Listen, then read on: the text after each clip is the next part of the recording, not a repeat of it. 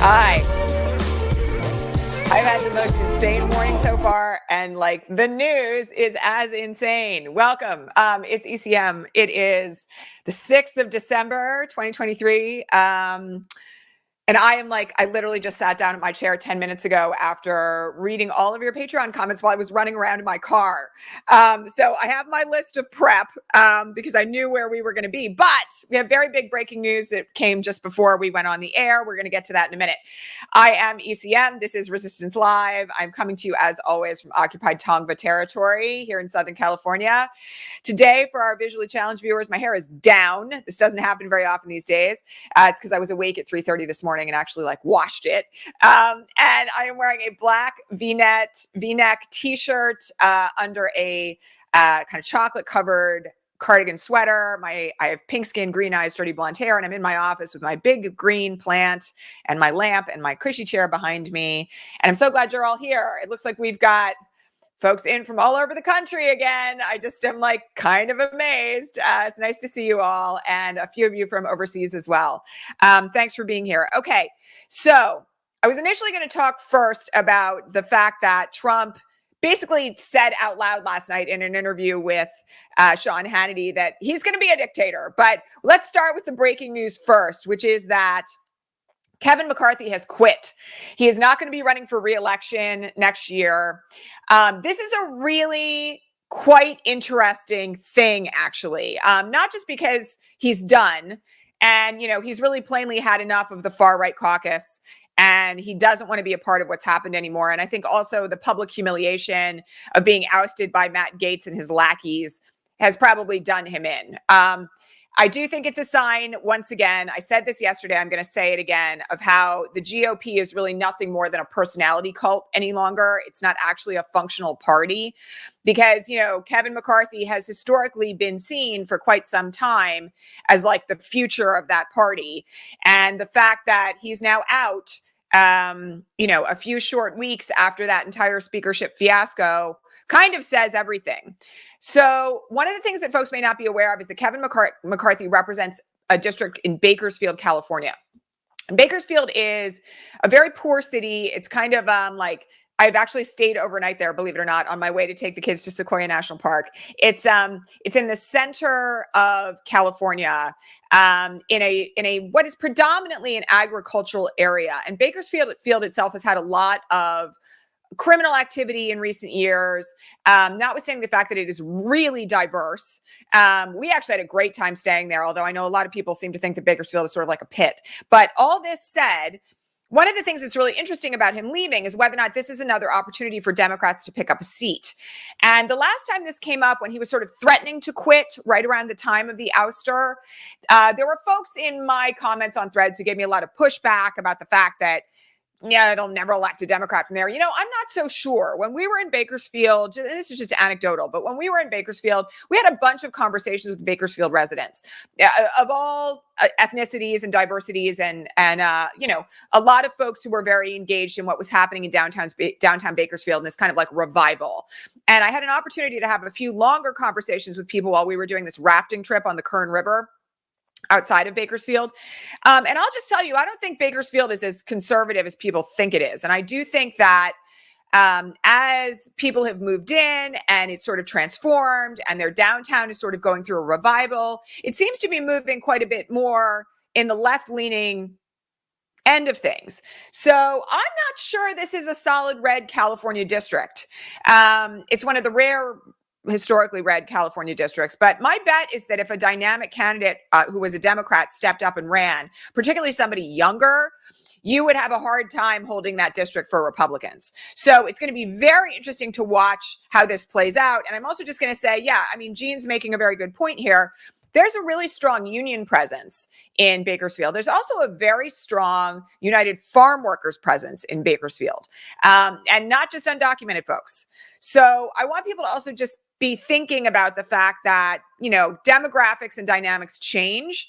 I also am really curious to just see how this plays out because, I have to remind everybody, even the naysayers in the comments right now, that, there were a lot of people who thought that Birmingham, Alabama would never have a Democratic mayor, let alone a young Black Democratic mayor. And that happened. 2 years ago. So everybody's got to be very thoughtful about how we talk and think about this, and hold out the possibility that with the right candidate, the seat could be flipped. It's a very big deal, though. I mean, I was thinking about this as I was getting ready for the broadcast, because, you know, we're in a situation now where even in the current House, the Republicans are now down to a 3-person majority. 3 people. It's really not going to take very much to flip this House blue. And, you know, we have seats that we're likely to pick up in New York. We have seats that we are likely to pick up in other places. We have a big problem in North Carolina because of gerrymandering. But, you know, we've got to really try hard to push for our candidates everywhere and not be disheartened by the fact that, you know, it used to be red, or it may have been red at one point. So, you know, we'll see. You know, I mean, yeah, Maryland's point is right, or that Orange County would ever have a Dem, and now it's Katie Porter territory. And like lots of other candidates, by the way, who are blue. You know, we've got in Orange County, I think we have 2 Republicans, one of whom is Young Kim, who I don't think is going to win re-election. But, you know, like where I am, it's been solid Katie Porter territory for 6 years. So, you know, I think people really have to kind of think through the prospect of what it's going to take to flip the House. And, you know, we can't let any seat go unopposed. And we certainly can't let any seat go in the negative direction of saying, like, nobody will ever be elected in that seat unless it's really so heavily gerrymandered, like, let's just say hypothetically Jim Jordan's district, that there's no way a Democrat could ever be elected. So it's really something that we desperately need to think about going forward. All right, so let's talk about what happened last night. Trump had a town hall with Sean Hannity. And, you know, it's friendly fire. Can I just say that? It's not like Sean Hannity even asked any tough ball questions. And yet Trump still managed to do something insanely outrageous, right? So Hannity asked him a bunch of times if he planned to be a dictator, like in that language. And Trump refused to answer that. He refused to answer it. And then he said, well, only on day one, because on day one, I'm going to do all these horrible things like persecute the press and, you know, like end the DOJ. I just have to say that the reason for talking about this and like why it's so shocking. And, you know, I have to keep in mind that, you know, what I said at the end of yesterday's broadcast, I stand by, which is that terrifying people is not necessarily the most effective way to get out the vote. People need to be aware of what's at stake, but they also have to have something to vote for. Right? Not just someone to vote against, but something to vote for. So those two things go hand in hand. But I was thinking this morning about the fact that, you know, like in the words of that great Maya Angelou quote, when somebody shows you who they are, believe them and like believe them the first time. And this is so far from the first time. This is like the 7,000th time that he's done something like this. And, you know, to me, I'm getting a little tired, frankly, of the sort of like, I don't know, people shouting about the fact that he is saying yet again that he's going to be a dictator, or saying yet again that he's going to engage in fascist conduct, saying yet again that he's going to round people up and put them in camps, that, you know, all of this is now at this point quite predictable. And at the same time, we can't allow the shock to wear off, because if we get inured to it, then so does everybody else, right? So again, it's kind of like a very fine line of how we manage this. I do just want to say, though, that he refused to deny that he was going to be a dictator, and refused to deny that he was going to kind of like persecute his enemies and prosecute his enemies and round people up and put them in camps. And that in and of itself is like yet another confirmation of where we are as we head into 2024. So it's not anything that we should be taking lightly. And frankly, I think the big question now is, what do we do about it? I'm going to say in that regard that I'm seeing a lot of much more heartening posts in the last 24 hours about people who are pointing out that if folks who are very loud right now about Islamophobia and about Hamas, about Gaza rather, and folks who are very loud right now about anti-Semitism and Hamas do not get on the same side of the fence in relation to what's happening in America, if we don't oppose hate wherever it shows up, we're going to have a much harder time in 2024. And there's been a lot of calls from very significant voices in the last 24 hours pointing out what I was pointing out like here on Monday, which is that it seems as though people are in a bubble. The algorithm is being manipulated and used by folks with ulterior motives. By the way, before I finish that thought, let me just point something out to you guys. By the way, did you see the data on what's happened with these massive white supremacist accounts on Twitter? They've now all pivoted like some of the biggest ones have pivoted to pro-Palestinian content. Now, let me tell you why that's significant. Yes, it's significant because white nationalists are anti-Semitic, okay? But it's also significant because what they are seeking to do is gain followers by posting pro-Palestinian stuff that are then going to be groomed to further support the white nationalist movement in the United States. So everything that I've been saying here over the last 2 weeks about the importance of getting out of your social media bubble, of the importance of seeing things through a larger lens, of the importance of recognizing that like Islamophobia and anti-Semitism are two sides of the same coin, right? Like people got to get in the same boat because if the nation goes down, we're all going down together, right? So to me, I feel like that's progress. That we're seeing more discussions about this, that people are pointing out that the experience for some of us on social media right now is like folks screaming that nobody's saying anything about anti-Semitism and folks screaming that nobody's saying anything about Islamophobia when like we're seeing it happen everywhere. And people who are only feeding into that content are only seeing what confirms their already existing bias. It's really important that we get into the bigger picture of how this division that is being purposefully cultivated by white nationalists only serves to rise fascist movements. It only serves to support fascists internationally and at home. Okay, so we got to get like very, very clear on this. So all that said, just to wrap up on the Trump interview, there were some very horrifying moments, right? Like people applauding about him wanting to persecute the press. Right. I think that we have to understand that the threat is extremely real. And then simultaneously, rather than getting frozen or stuck in a fight or flight response, we've got to actually get to work of pushing people in the direction of understanding what's to gain, not just what's to lose if he's reelected, but what's to gain by a second Biden term. OK, and I'm seeing a lot more news about that in recent days as well. It's really important. OK. Let's just talk for a second, by the way, about Biden's comments. So Biden made a series of comments yesterday about why he was running. And the most significant comment that he made was that he wasn't sure if Donald Trump wasn't running again, that he would be running for a second term. I'm not bothered by this. Like, for some reason, the news media seems to think this is a very big deal. I actually think it's a sign of like a good man understanding what the stakes are, right?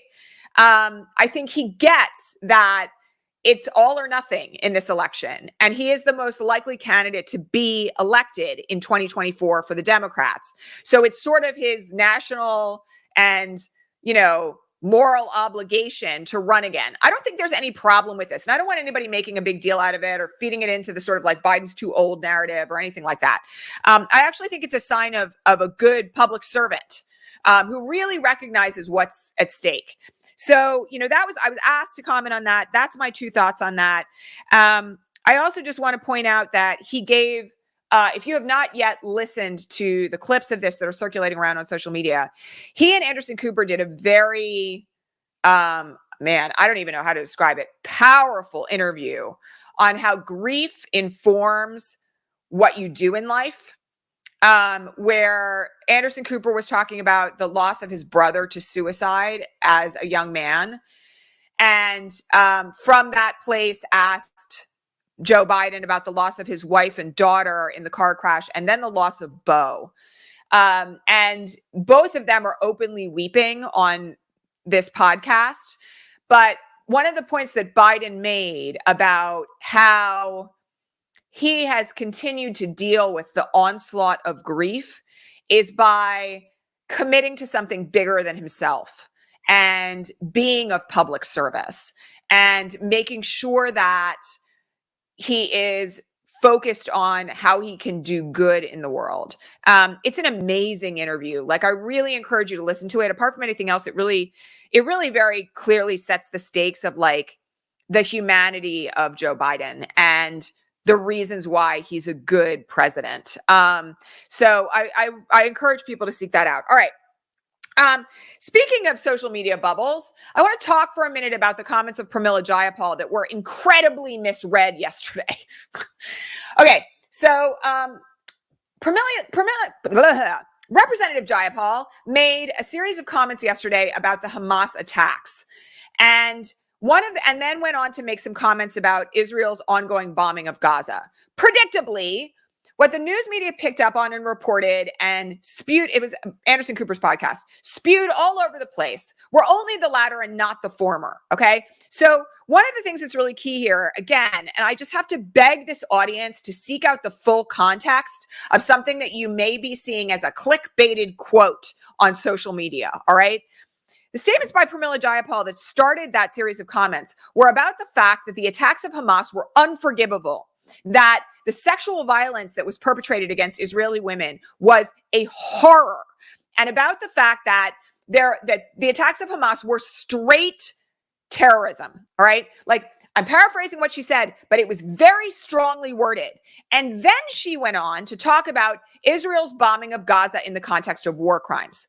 So if you have only seen comments about the latter that are saying like Pramila Jayapal is like ignoring everything that happened on October 7th, you are being misled by people who are only selectively quoting what she represented. And I have to say that when I was looking at this last night before bed, I honestly found the misrepresentation of it to be like really offensive, because just like Kamala Harris, she has been out there making statements about the horror of both sides of this conflict, both sides of this war, and has been doing it in no uncertain terms. And to have her statements about the sexual violence perpetrated by Hamas, the attacks and the murders perpetrated by Hamas, just completely erased as if she didn't say them at all, is really just a massive disservice. It also, by the way, is a sign to me of, again, how information is being manipulated right now to drive division around this series of events.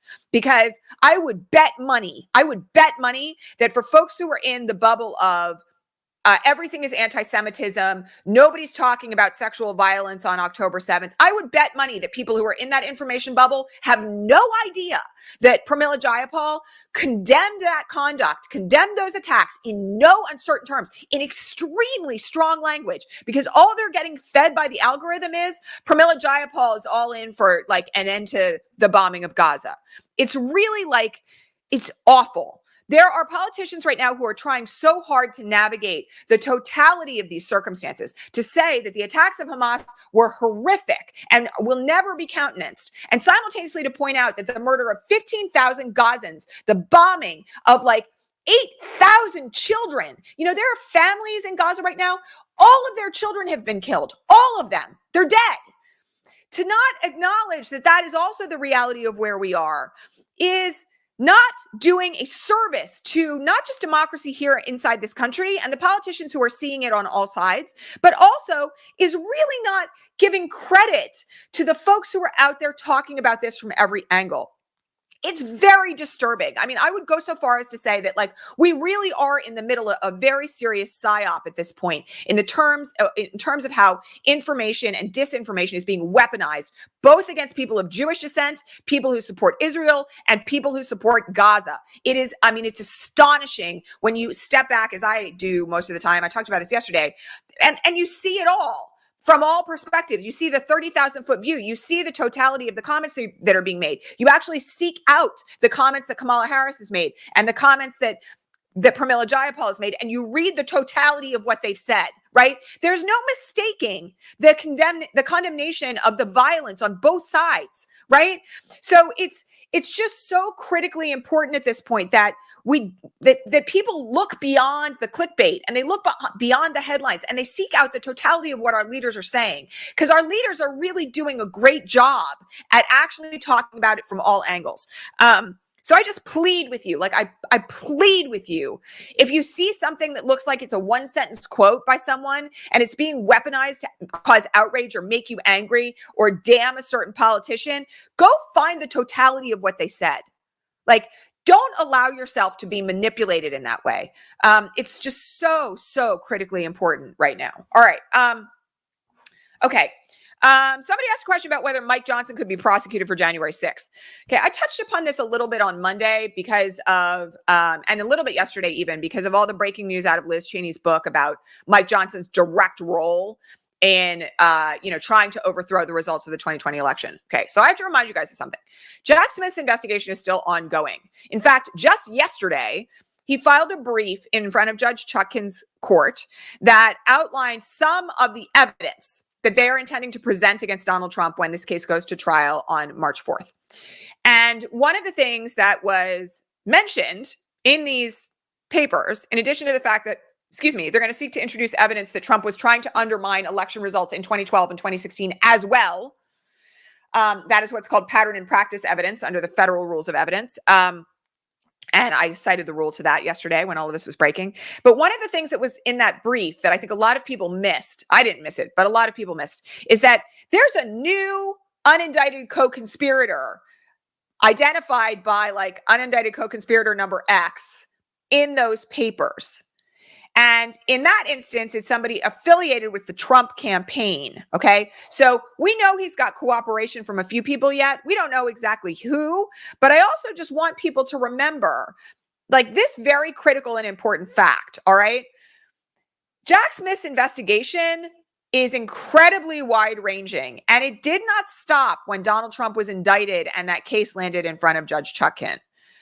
He is still investigating every minute of every day. And the conspiracy that he is, from what we can see at least, planning on presenting at trial is extremely vast. So I don't think anybody should be under any illusion that Mike Johnson is off the hook, or for that matter, anybody else. Jim Jordan, right? Who we know was talking to Trump on the morning of January 6th. The folks who gave tours of the Capitol building, like Lauren Boebert, the day before January 6th, when the whole Capitol building was supposed to be locked down for COVID. Right? We know that other representatives gave tours of secret locations inside the Capitol building where members of the House of Representatives and the Senate might be escorted to in the event that the building was locked down. Like, we got a long way to go on this, like a long, long way. And so no one should be under the assumption that Jack Smith is done. And yes, for those of you who maybe didn't see yesterday's broadcast, we also talked about the fact that Mike Johnson blurring out faces on the videos from January 6th is arguably not just obstructionist, but is also about accessory after the fact, because he's preventing their apprehension. Now, lots of people yesterday on social media were like, oh, but the DOJ has the tapes. That's not the point. The point is that if the tapes aren't public, the public cannot assist in identifying these people. And when they released a small smidgen of these tapes to the public, by Mike Johnson, 2 more people got arrested who had never been identified before. So that's really what that issue is about. And I will just say, yes, all the questions that are being asked of like, but they're claiming it's Antifa, but they're claiming it's Black Lives Matter, but they're claiming it's FBI or DOJ agents. Why wouldn't they want those faces shown? Yes, none of it makes sense, and hypocrisy is not something that they actually are ever affected by. But what I just have to say about it is that the actual act of blurring out the faces itself is interfering with the ability of those people to be identified by the DOJ. And that is where the issue really lies, okay? All right. I was asked to comment on this new Texas abortion case that was discussed last night ad nauseum on MSNBC, but that is a really significant case and that I want people to be aware of because we're going to see more of this, I expect, going forward. So let me just tell you what the story is. There is a woman who is pregnant right now in Texas. Her fetus has an anomaly. This is very sad to me because I actually had a miscarriage. Many of you know that I had a silent miscarriage, and I had to have an abortion procedure after that because my body did not reject the dead fetus, and I would have died if I had not had an abortion as a result of that. This was the very first time I became pregnant, but after the fact, I learned that the fetus had the same genetic anomaly that this woman has in Texas. Okay, so I read that and I was like, okay, let's just deal with this. All right, so her fetus still has a heartbeat. However, the genetic anomaly means that if she carries this fetus to term, that baby will not survive outside the womb, okay? So if she delivers that baby, it's going to die pretty much right away. Because with this genetic anomaly, often the fetus doesn't survive in utero, and even if it does, it can't survive outside the womb, all right? She is in, by the way, the other thing about this is that she's in an enormous amount of pain right now. And the doctors that are her doctors in Texas will not give her an abortion, notwithstanding her pain, notwithstanding the fact that there is no means of this fetus surviving outside the womb. And they are forcing her to carry the fetus to term because they could be prosecuted if they give her abortion care. This is really like I mean, yet again, another one of these stories that's really, really hard to take. Okay. And so she has sued the Governor Abbott and the state of Texas on behalf of herself and her medical team to obtain abortion care and prevent her doctors and her medical staff from being prosecuted. And this is being heard on an emergency basis. All right. I am horrified by it. You know, I just have to point out that, you know, in addition to the fact that it just hits a little too close to home for me, I cannot imagine the emotional harm that is ongoing to this plaintiff. As all of this hangs in the balance, and what she is being forced to do and forced to experience and forced to live with, like, it's unspeakable. And if she is indeed forced to carry this to term, we've already heard examples of this from people who testified about similar laws elsewhere, only to, like, you know, hold a delivered baby that has minutes to live. I cannot imagine what that must be like. And so my hope is that there's going to be a ruling on this very quickly. It is an emergency petition, but it's getting a lot of coverage right now. And I just have to point out, this is not an unusual situation. All right. Like, the genetic anomaly that my fetus had, the same one that this woman's fetus had, is very common. It's not unusual. Okay.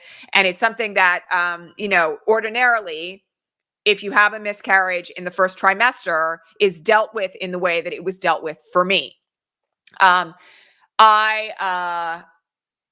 just hope and pray this woman gets what she needs, because it's despicable that she's being put in this position, and that women in states where, you know, abortion has been banned, even in incidents like this, even for the sake of the health of the woman, for any reason, right?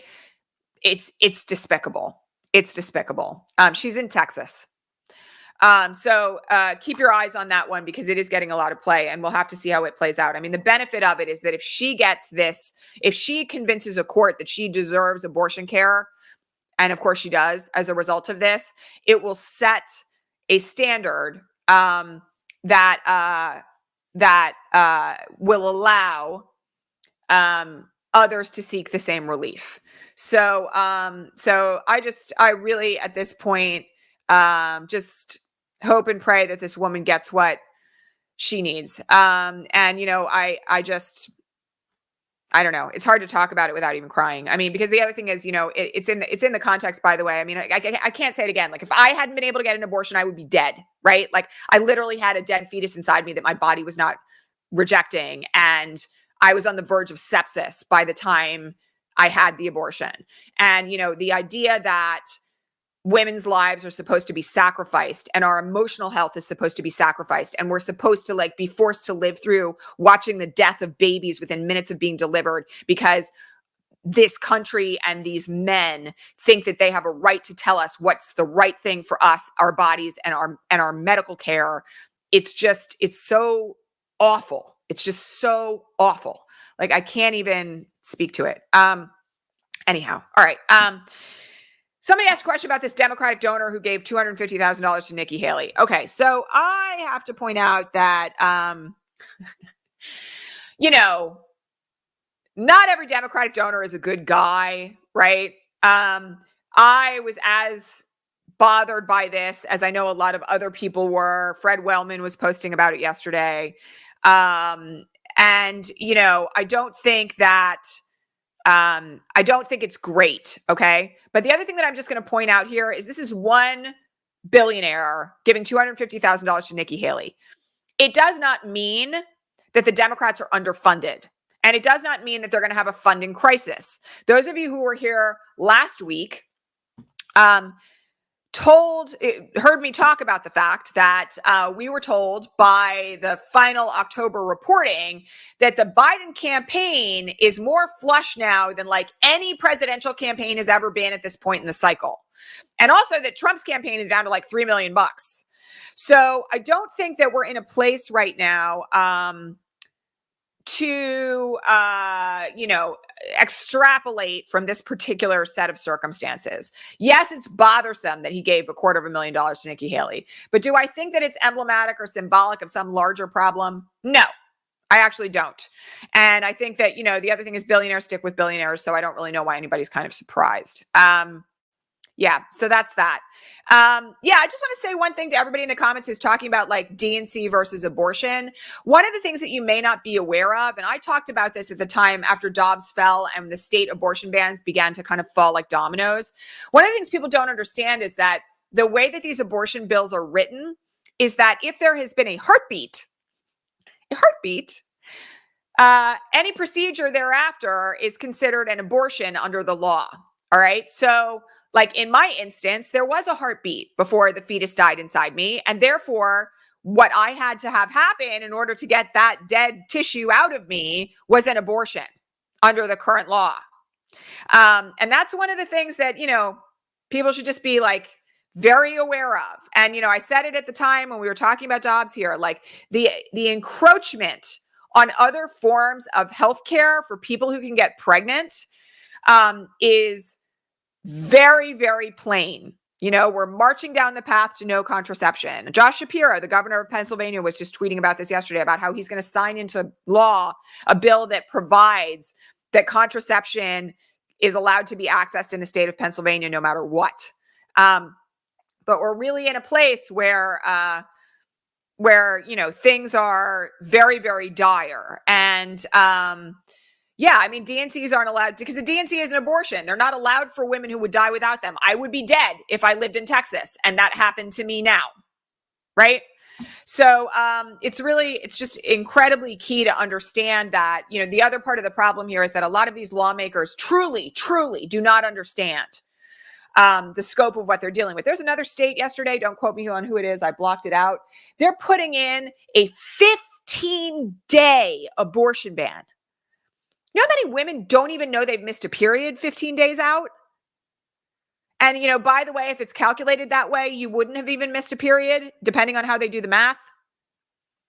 It's a very, very serious state of affairs. So reminder to all of you, if you want this all to change, we have to win the Senate and the House and the presidency, right? And we're going to have to find a way then around the filibuster rules, which will be much easier if we have a bigger majority. So anyway, quite dire. Quite dire.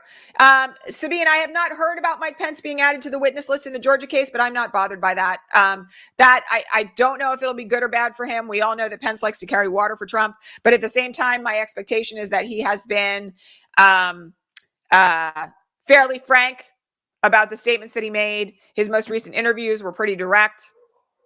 We'll have to see how that goes when he's on the stand. All right. That's it for today, everybody. I will catch you all live here tomorrow. I want to mention to everybody that it does look like this coming Monday's broadcast is going to be like an hour late. So stay tuned for that. I will make sure that we remind everybody of that on every broadcast, and that over on the Patreon feed, you're all aware. But I do think that on Monday, because of this family thing I have going on, we're going to be a little bit later than usual. Okay. I also have to remind you all that if you like what you see here, please become a paid subscriber on Patreon. I just have to remind everybody that the way that we support this broadcast financially, the hours of work I do every day and related to it before and after the broadcast, and also all my staff behind the scenes, rely on your contributions. And you can get in over there for as little as $2 a month, but it makes a massive difference to us here in terms of what we're able to do and the kinds of programs that we're then able to put together. The sort of things that we're planning for January with this brand new Mobilize 2024 program. All of that depends on your contributions. All right. I'm just going to remind everybody one more time, since a couple of you sent me some very nice holiday gifts last week, that if you would care to send me a tip or a gift or coffee in response to all the work that we've done here this year, you can Cash App me or Venmo me at the below. And I'm so grateful for all of you. In particular, gratitude and thanks to all of our many Patreon subscribers. I think there's 2,400 of you guys over there right now, which is really nice. And don't forget to thumbs up and subscribe and all that other good stuff. All right, I'll catch you all here tomorrow. Much love, everybody. Have a great day. Bye.